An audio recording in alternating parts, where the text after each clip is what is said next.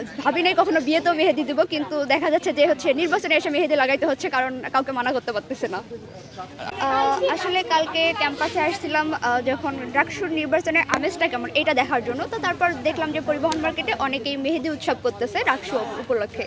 তো আজ ইউজুয়ালি আমার ফ্রেন্ডদেরকে দেখলাম এবং বিভিন্ন প্রার্থীদের দেখলাম, তখন নিজেও ইন্টারেস্টেড হয়ে অনেকের হাতে মেহেদি লাগাই দিলাম। তো তারপর এখানে অনেক এনজয় করে ফ্রেন্ডের সঙ্গে আড্ডা দিয়ে রুমে চলে গেছি। রুমে যাওয়ার পর ডাকসুকে যোগ্য প্রার্থী কে আছে, কোন পদে কাকে কাকে ভোট দিতে পারবো, এটা নিয়ে একটু সবার সঙ্গে ডিসকাস করছি, তারপর সিলেক্ট করছি। যদিও খুবই টাফ ছিল, এত প্রতিভাবান ব্যক্তিদের মাঝখান থেকে একজন অথবা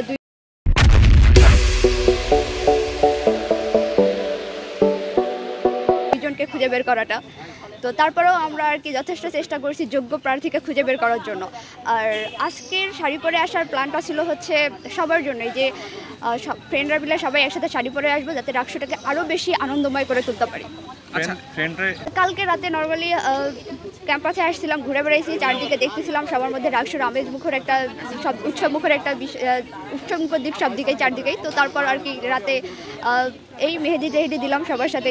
না হচ্ছে বিভিন্ন প্রার্থীর সঙ্গে দেখা হলো যারা ইন্টারেস্টেড ছিল মেহেদি লাগানোর জন্য, তাদের হাতেও মেহেদি দিয়ে দিলাম।